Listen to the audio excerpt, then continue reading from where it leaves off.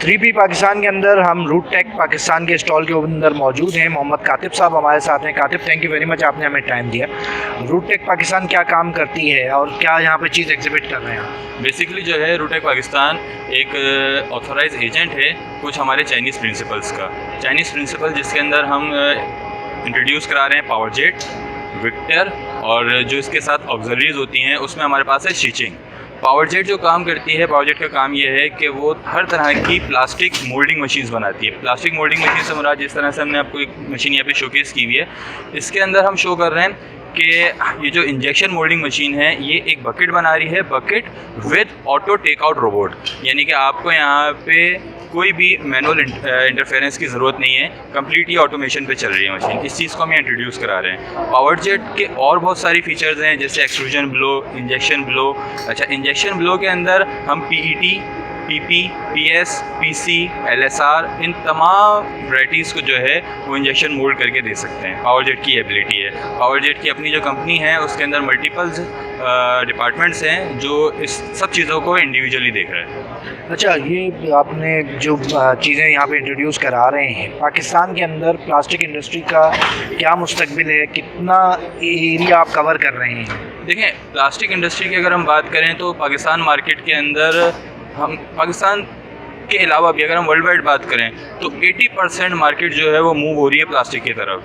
बहुत सारी चीज़ें ऐसी हैं जो हम पहले मेटल या और किसी मटेरियल पे जाते थे लेकिन अब वो प्लास्टिक पे आ गई हैं। तो पाकिस्तान मार्केट में भी हम इंट्रोड्यूस कराने का जो मकसद है वो यही है कि हम जो टेक्नोलॉजी जो पाकिस्तान जिस टेक्नोलॉजी पे काम नहीं कर सकता हम उसको यहाँ इंट्रोड्यूस कराएं। हम जो पाकिस्तान की लोकल मार्केट है वो अक्सर व बेशतर ये समझती है कि ये टेक्नोलॉजी बहुत ज़्यादा हाई कॉस्ट की होगी जिसकी वजह से लोग इस तरफ नहीं आते। तो हम यही चीज़ इंट्रोड्यूस करा रहे हैं कि इसकी कॉस्ट इतनी नहीं है जितने बेनिफिट्स हैं।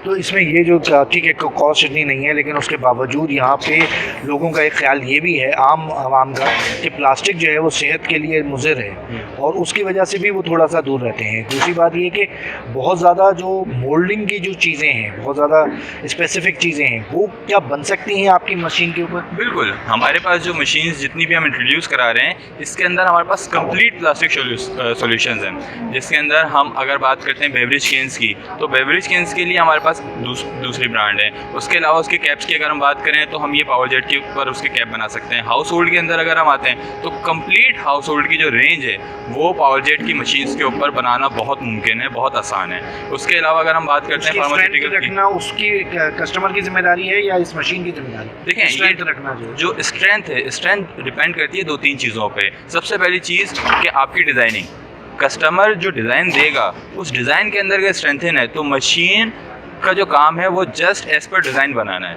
मशीन का काम ये नहीं है कि उसके अंदर जो प्रोडक्ट है उसकी स्ट्रेंथ वगैरह बढ़ाना।